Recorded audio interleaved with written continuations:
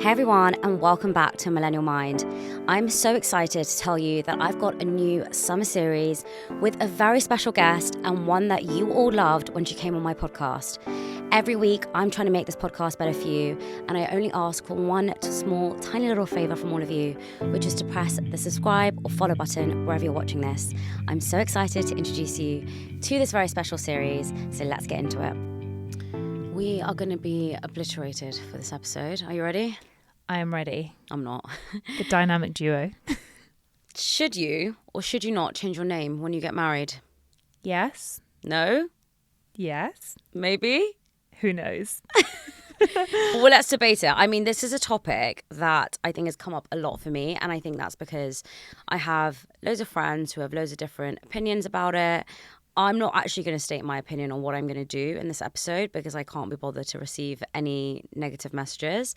And we're not in the mood, guys. Let's just say we're not in the mood, all right? Today, me and Rhona are actually really tired, exhausted, and just feeling a bit low. Yeah. So anyway, no, we're going to bring the enthusiasm. But what I mean is actually, you and I haven't made the decision yet. Right? We're both not married and we both don't have to decide right now if we're going to be taking our husband's name. Yeah. So I'm going to keep my opinion out of it. Obviously, you can share yours if you would like to. But instead of us fighting against each other in the usual debate style we do, I think we're not going to do that today because people seem to think that we actually are on that side. So I don't want it to be, oh, Shivani thinks no and Rhona thinks Can I just say, I almost got cancelled after the last one, which was like, oh my God, Rhona is a cheating lying. And I was like, that's what I mean. Oh my gosh, Shivani. And we had to caveat, like, it doesn't reflect our own views. But obviously, when we take on a side to a debate, the sign of a debate is that you can be very convincing. Of course. And I think that we recognise as well that the topics that we talk about are not black and white, which is so important. And I think that this subject again reflects something like that, and it's also something very personal. Exactly. Okay, so let's talk around changing your name. All right. I think I've heard multiple people tell me different things. First one, I'm going to talk about changing your name and why some people do want to do it.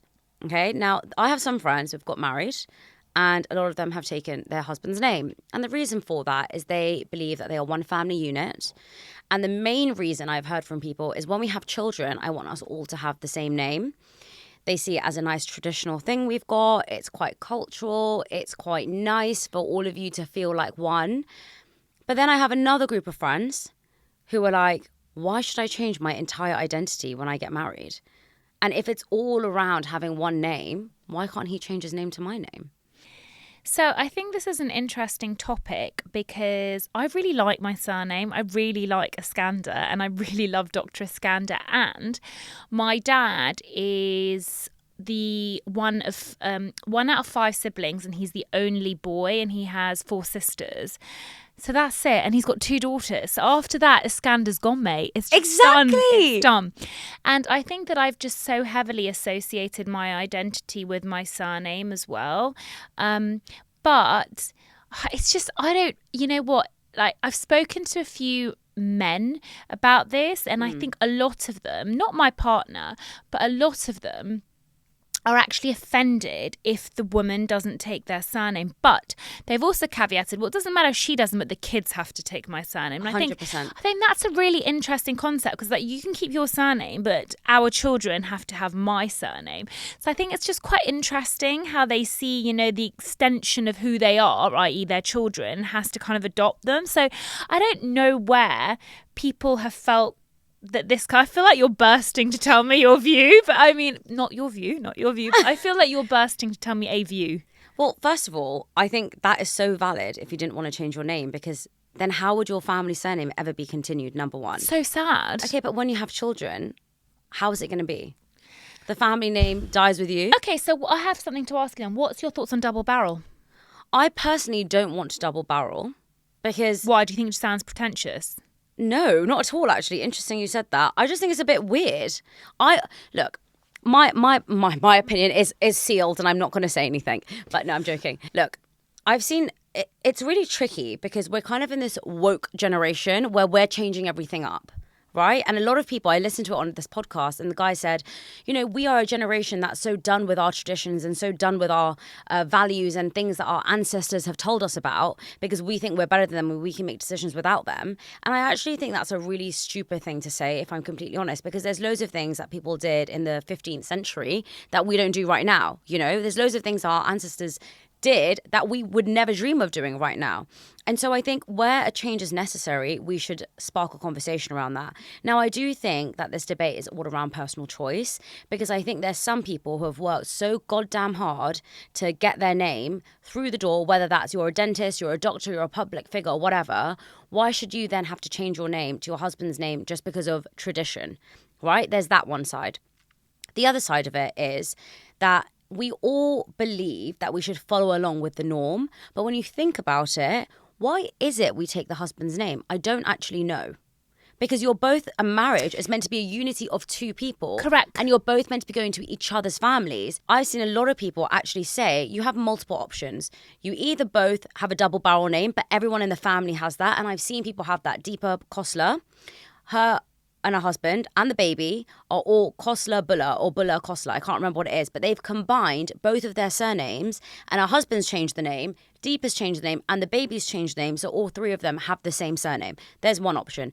I like that, by the way. It's quite nice. Yeah. But where are you going to find men in the world that are going to let down their ego and do that? 1 in a billion, Also, my say. boyfriend is Greek, mate. It's going to be... And Iskander's long, so can you imagine the situation there? What's his surname? Oh, you don't want to say right now? No. People can still... I told you, my husband reveal will be at my wedding. Yeah, me too. Yeah. I think that... Yeah, so there's one option, you both add it together. But I actually don't think a lot of men do that. And it's because I think of this ego. So how you said that some people are offended when their wife doesn't take their surname, I've heard this narrative of you don't love me enough if you don't want to take my surname. Oh, yeah, I've heard that narrative. But you just said, it's all about, like, why does, we're one family, why does it have to be the male?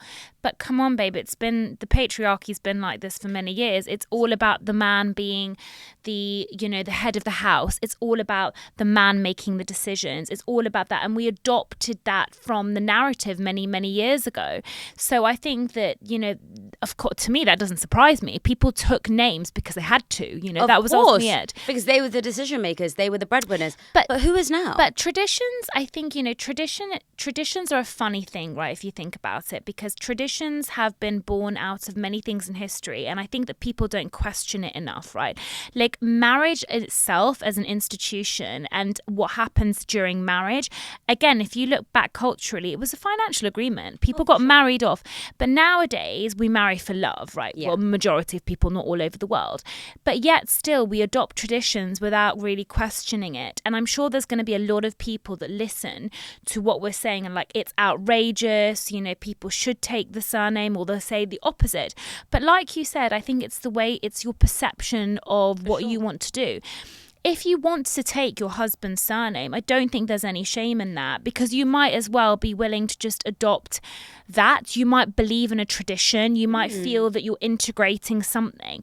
But also on the flip side, if you don't want to, that's fine. And also on the flip side of that, I think you make the decision together of what the baby should adopt. Exactly. And I think that I agree with you. I think if you've taken the decision to take your husband's name, that's great. That works for you. But at the same time, I don't like to see judgment of, oh my God, she's so independent. Oh my God, she's not going to take your surname. That is ridiculous. That means she doesn't love you. That means she doesn't care about you. How can you accept that as a man? And I think this toxic narrative is really, really terrible. There are people who feel that they want to take their family name forward. For example, in your case, if you were to not take your family name forward, then your dad might feel, that Eskander dies with you. Yeah. Do you know what I mean? But there also might be people who have maybe worked so goddamn hard that they want to see their name next to the degree that they've got, whether that's them being a doctor, whether that's being a dentist, whatever it is. Let me just give you an example, okay? Let's say that I have a deal with Spotify for £5 million and it says A Millennial Mind by Shivani Powell. Let's just say I get that this year. Let's manifest that. Everyone like this video and subscribe right now. Let's manifest it. Let's just say that, right? And I'm in press articles and I'm on every news channel you can think of in the whole world. 5 million is not that much to be on all over the world, but you know what I mean. Next year, I change my name to Shivani, I don't know, something.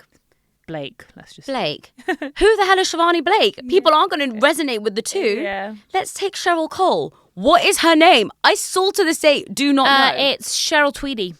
Okay, she was Cheryl Cole for so many years. In my head, she's Cheryl Cole. And people have said this a lot, that when you take your marital name, look, love is love, and we all want to believe that it's going to last forever. And I myself, when I get into a marriage, never ever will go into it thinking that I will have a divorce, and can never fathom having a divorce. But the reality is that people are getting divorced left, right and centre. I don't even know what the stat is now, because it's literally going up every single week. So the question is that despite whatever you agree or whatever you don't agree, your name is part of your identity. And I think that is a risk for some people to take that name of their partner when they have a professional career in the limelight. And for example, for a lot of people, those articles will never be found, because if they're looking for Shivani Blake, they're not going to be looking for Shivani Powell. I think there's a few points that you raised there which are very interesting. First of all, there are some people that choose to keep their surname for professional reasons. So, for example, the what you said about doctors and dentists, there's a lot that will still keep that as their doctor title, but they will also have like on their passport, for example. Exactly. So they've made that choice, and it's almost like they have their professional identity as their name when they were single, but then their sort of marital surname in other aspects. Private. And it's almost like, also, I do think there's some places where people do it for convenience, as well, because it's just easier to do it, like Mr. and Mrs. X, etc., etc. The other point that you make, though, which I think is very interesting, is identity as a public figure. And I think that a lot of people have also branded themselves as a couple. So if you think of like David and Victoria Beckham, they're known as I literally don't even know what Victoria's surname is. Do you? No idea. Exactly. And I think the thing is that they've recognised as well, they're a brand. Barack Obama and Michelle Obama, right? They are a brand within themselves, and they recognise that as a united force, they're actually stronger. Correct. And I think that as well, that there is a degree of people understanding that from a business perspective, dare I say, again, not my own views, but I think that perhaps some people would say, 100%. It's actually a business decision, because people like to buy into the force that comes together. I think, if you had whatever Victoria's surname is, Victoria Smith and David Beckham, it just wouldn't be as strong, right? And then, like you said, there is this, then you go a step further and there's the tribe that comes with it, right? It's the Beckhams, the Kardashians, whoever it is. And I think that, some people make that decision as well for business purposes, rather than feeling that they're giving up their name for their partner. KKW, Kim Kardashian West, what's happened to her makeup line? It's no longer her name anymore. Oh, yeah. I didn't even know that. I'm so not invested in the Kardashians, I have to tell you. I do love them. They're like my guilty pleasure. But the point here is also, let me just say, your point around people stay together as well when they've come together as a family is 100% valid. We know a lot of people that are in open relationships, not sleeping together, not actually together, but they have the same surname in the public eye, and they've stayed together for that reason, because they're a brand now and therefore they can't move away from it. Mm-hmm. So I think that is definitely... I think it's scary though, if you think about it as well, like even with podcasts, as well, there's so many couple podcasts and they've created this brand together, and you hear behind the scenes that things aren't like hunky-dory or they're not happy together, but because they've created that united force. But it goes back to one of the other subjects that we've discussed previously of, validation and acceptance, and also recognizing that like we don't give people grace in our society, because we think like, oh, if I have to separate from my partner, our brand gets tarnished, therefore we get tarnished, therefore we have to stay together even though we're unhappy because we have a brand together. And I think again, that's something that we need to look at society for. Why do we romanticize it? Why do we romanticize two people as better than one all the time, And also, I think this whole point around changing the name and doing the double barrel, it is difficult for some people when they then have children and then their children will have a double barrel name. But what if they're with someone who also has a double barrel name? That's the argument for not doing it, right? Because let's say my name is, I don't know, Shivani Powell, what was the name? Blake. Yeah. Then my children will be Powell. So not a Blake. Powell Blake. And then what if they're like, actually, no, I want to be double barrel with someone else? Their names are going to be endless. They're never going to go on. But imagine, like, I'm not going to say my boyfriend's surname, but it's like, imagine if it's not like Manalalopoulos, you know what I mean? Like the Greek one, Eskander Manalalopoulos, it's like such a mouthful as well, So I think that It's difficult. It's really hard. But I think what's really hard about this situation is the judgment from other people. How you said we need to give people grace. I do remember someone messaging me and telling me that they had changed their family surname to a random name because they all wanted to have the same surname and they couldn't decide if it should be their husband's name or the wife's name. So instead of having like Eskander or Pow if you and I were married, which would be lovely, wouldn't it, if we could live with each other every day. Oh, yeah. But it would be that we make up a name like Blake. And we're just like, we are the Blakes. Now, I don't know if I agree with that because I feel like that's a bit strange. You're all changing your identity and it's gone a bit mad. And this is what I mean. I think that when there's people who think of new ideas, there's a judgment of, oh my God, everyone is so ridiculous. It's just a name. Why do you care? I think when boys push back and they say, why are you being such a feminist? Why are you being so erratic? And why are you being so opinionated by changing a name? It's just a name. My question is always, then change your name. But I think the thing is, a really important point that you raise is that some men, well, you actually said boys, which is a Freudian slip, would say that they wouldn't want to be with a woman that didn't change her name. Oh, 100% and I think that I've heard that too. So they were many like, times. so many times. And that's why I think it's ridiculous, because we live in a day and age now where people can make their own decisions. They need to make the decision that's right for them and their partner. And I'm saying it's a two-way thing, right? Oh, for sure. So if it means so much to your partner to have your name change, you need to understand where they're coming from. Now, when you said it's just a name, for me, I'm incredibly close to my dad. Like, he's literally my hero. As I said, he's the only boy out of four, his siblings. He has daughters. So for me, it carries more meaning than just a name. And it's even beyond like Dr. Eskander and, the title that I've gained. It's so intimate and so close to my dad, because it really just reminds me of him, it's so personal to me. So for me, that's why it matters, In the medical field, could you change your name right now, Dr. Eskander, to something else? I think you could. I haven't really looked into it. But you know what? People do change their names all the time. I actually have two friends that completely change their names, by the way, as in first and second name. And that's linked because they felt that their name that they were given at birth and what the name carried for them wasn't resonating with their identity anymore. And that's quite an interesting one. And I think that's came to mind because you were saying some people say it's just a name, but I think I disagree, because I think a name is everything. A name is your identity. I agree with that. And I think that some people really don't like the name they're born with, or their parents have assigned to them, or they feel they've grown out of the character of that name, which is quite interesting. But it's a bit of a palaver to do that, by the way. It is a palaver. This is like the Friends episode where, okay, I'm going to refer to Friends again, you're going to get annoyed with me, but Phoebe gets married, and she goes to go get her name changed, and they're like, you can change your name to anything, and she's like, what? And so she changes her name to Princess Consuela Banana Hammock. That's so funny. And her husband is like, you can't just change your name to anything. She's like, why not? And then he's just like, because you can't. And she's like, but why? And he's like, okay, fine, my name is Trash Bag. So then they meet someone, and he's like, why don't you introduce me? And she's like, this is my husband. Trash Bag. Trash Bag. Or whatever it was. I don't know if I've quoted it right. But anyway, the point is that I think we all believe that we should change our names. And if we're going against that grain, I know a lot of women have felt difficult. They felt that they're too much of a feminist. They felt that, they've been accused of not loving their partner. And I don't think any of those things are true. I think if you're a man who's triggered by your wife or future wife not wanting to change her name, just remember why your name is so important to you. Because whilst you may think that you're carrying the torch for your family name, that might be true to a lot of people like you. And it also might have deeper reasons for someone who has maybe lost their father, someone who's had, an incredibly close relationship with their father, someone who feels that family has actually raised them rather than perhaps their parents. It might be your uncle or your grandma or your grandpa who's actually raised you. And I think whether or not you feel that you would do the same, keep your opinion to yourself. Because just how you don't see people who have not changed their names calling women who have changed their names, have I got that right? Yeah. Saying to them, well, you know what, you're so traditional, you're a pushover, you obviously don't care about your name, you obviously have no grounding of your own. You don't see women doing that. And so I hate to see the opposite side. And I also think if you're with someone who doesn't understand that you don't want to change your name, I think that can be quite worrying.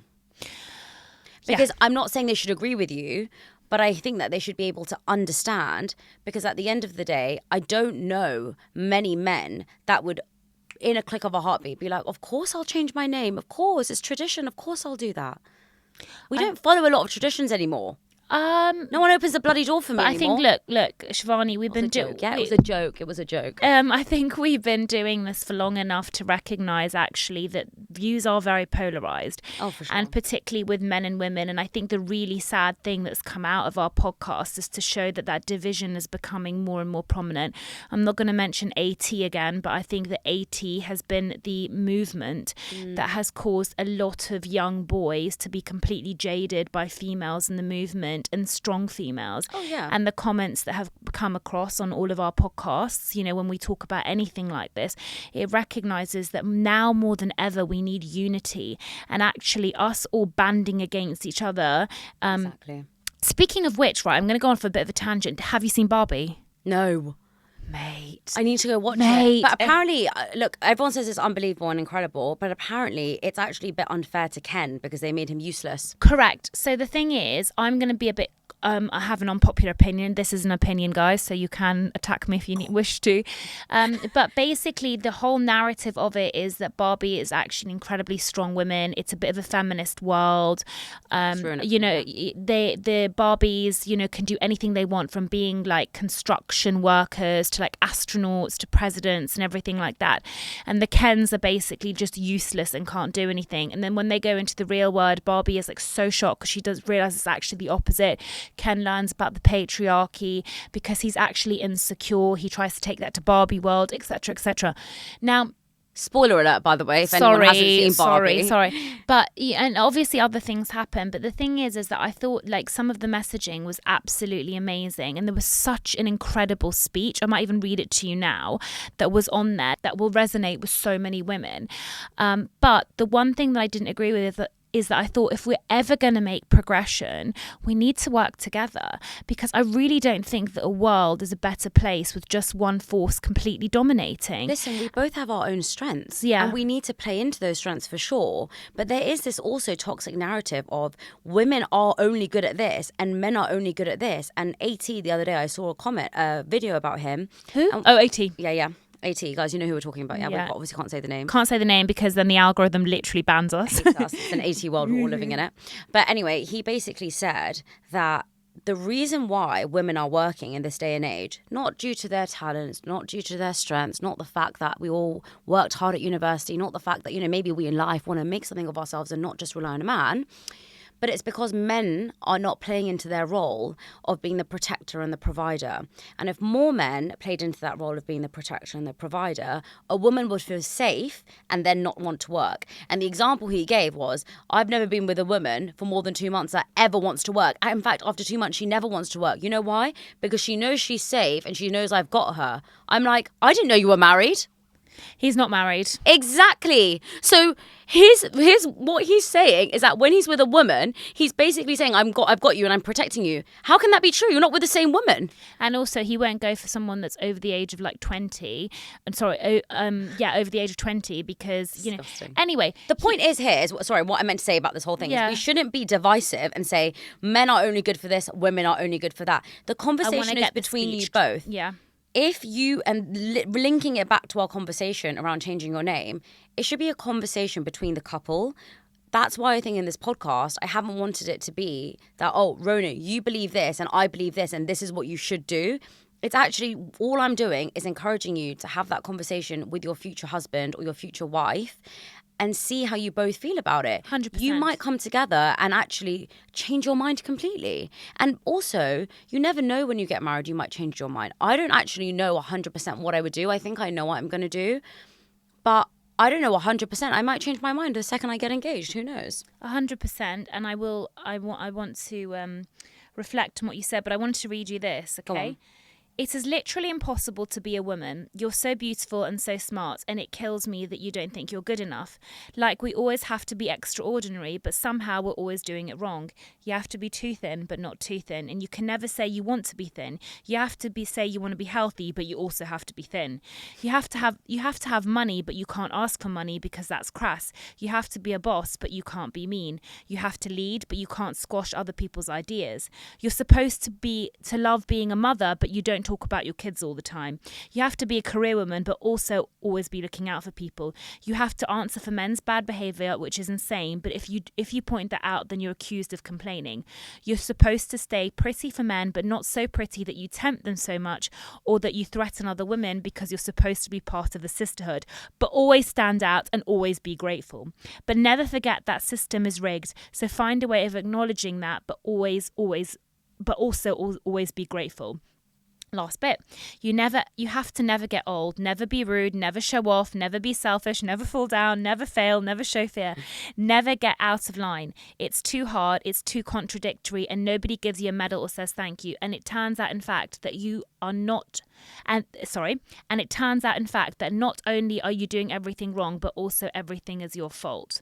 And I just thought, like, that's from the Barbie film, by the way, so I spoiled that. But I think so much of it resonates, and I think there's so many difficulties and we can't do anything right. So I think the most important thing is to just do what's right for you. And with this conversation regarding surnames, there is no judgment. I don't judge you for wanting to change your name or not changing your name. It is completely personal to you. But the most important thing out of that is that you do it for you, not for anyone else. And you do it with your partner. It's a joint decision, I think. Yeah. And I also really think it's so key to not ask other people their opinion on what they think, because everyone has such a polarized opinion about everything. About everything, but especially on this, And at the end of the day, it should be you two against the world. It shouldn't be, oh, I think this and they think that. I think it should be a decision that you put forward to each other. And if you've got a good relationship, you should be able to discuss it. Yeah, 100%. Yeah. So whatever you choose to do or not do, just remember, whatever you decide with your partner will be the right decision for you as a couple. And we'd really love to hear from you actually on this one, because Shivani and I have got groups of friends that, have had the conversations, perhaps not as open as they should have been, because we know there's a bit of a taboo about this. But if you've decided not to change your name or to change your name, we'd love to hear your views. So let us know. Let us know. And a big love from Rhona and Shivani Blake. See you later.